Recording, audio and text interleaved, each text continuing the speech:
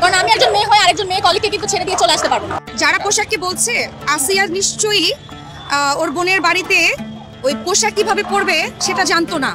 একটা মাদ্রাসায় পড়ুয়া মেয়ে, আমার তো তাও মুখ দেখা যায়, তাদের তো কিছুই দেখা যায় না, হাতে গ্লাভস পরা থাকে, চোখটা পর্যন্ত ঠিক মতো দেখা যায় না। সেই মেয়েও যখন রেপ হয়, এখানে পোশাক কোথাও থেকে আসে না। এটা হচ্ছে মেন্টালি। আমার না হয় একটা প্রাইভেট কার আছে, আমি না হয় সেফলি বাসায় যেতে পারি, কিন্তু আমার যে কলিগ তার কি অবস্থা? তাকে তো আমার সেফলি বাসায় রেখে তারপরে আমাকে বাসায় যেতে হয়। সেক্ষেত্রে কি আমার বাসায় যেতে দেরি হচ্ছে, আমার ফ্যামিলি মেম্বাররা আমার জন্য টেনশন করতেছে, আমাদের সমস্ত কিছুর কাজের ক্ষেত্রে না এটা একটা হ্যাম্পার। শোকের শাস্তি এমনই হওয়া উচিত যেন এই ধরনের কোনো বাজে কাজ করার আগে বুকটা যেন কাঁপে আরেকজন। তিন যাতে ভয় না পায় সেজন্য তার সিকিউরিটি স্বরূপ ওই ছোট বাচ্চা আসিয়াকে দিয়ে পরিবারকে দিব। কেন দিব? 14 বছরের বড় বোন যখন শ্বশুর দ্বারা অ্যাবিউজ হয়েছে, ভয়ের চোটে সে কিন্তু বাসায় চলে গেছে, মায়ের কাছে বলেছে, বাবার কাছে বলেছে, কিন্তু তারা কি করেছে?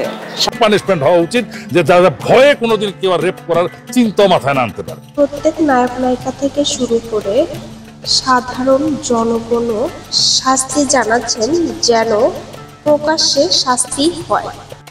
ওর সাথে না তুলনা করে আপনি আপনার জায়গা থেকে শাস্তি দেন আইনি ব্যবস্থা থেকে, প্রত্যাশা সবার। তবে অনেকাংশেই ফাঁসির রায় দিলেও অনেকে বের হয়ে যায় জামিনে।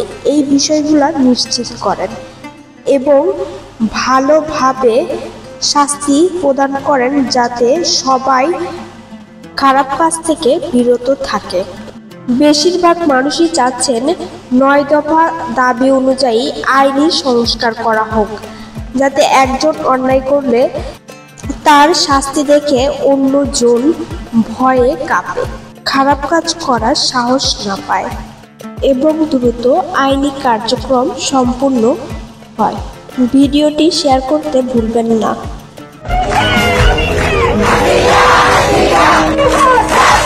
বিনোদন জগতের আপডেট পেতে আমাদের পাশেই থাকুন, সাবস্ক্রাইব করে ও ফেসবুক পেজটি ফলো দিয়ে